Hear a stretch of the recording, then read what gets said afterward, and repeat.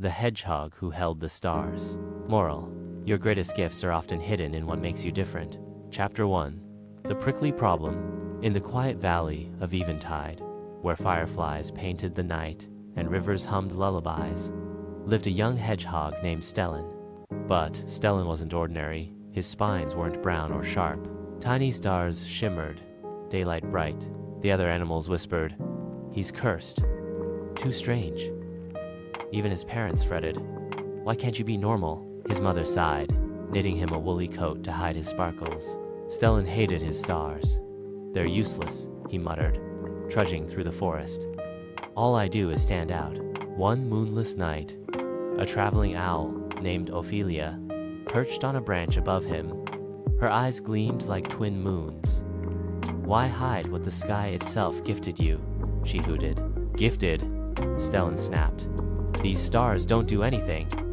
Ophelia leaned closer. "Ah, but they will. Follow the Shimmer, the oldest tree in Eventide. It holds answers, if you're brave enough to ask." Chapter 2. The Shimmer's Secret.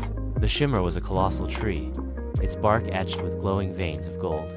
Legend said it only spoke to those who arrived with a heart full of questions and paws full of courage.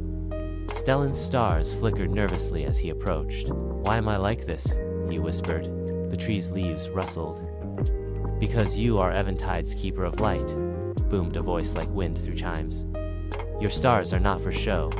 They are meant to guide." "Guide who?" "Those lost in darkness."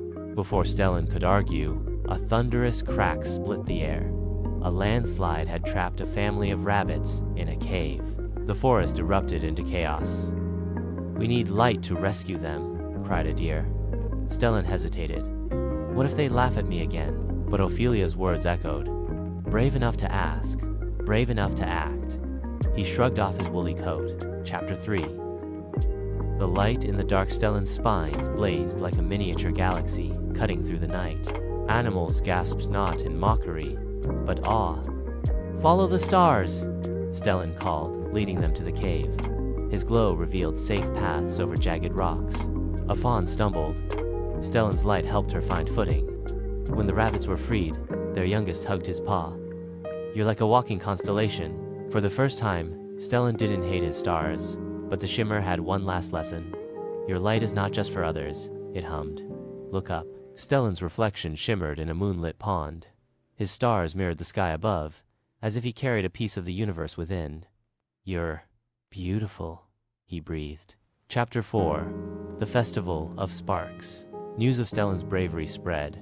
Animals begged him to lead night journeys, and parents told their kits, "Be like Stellanshine where you're needed." At the autumn festival, Stellan stood atop the Shimmer, his stars brighter than ever. "I used to think my differences made me broken," he said, "but now I know. We're all holding something the world needs, even if it takes time to see it."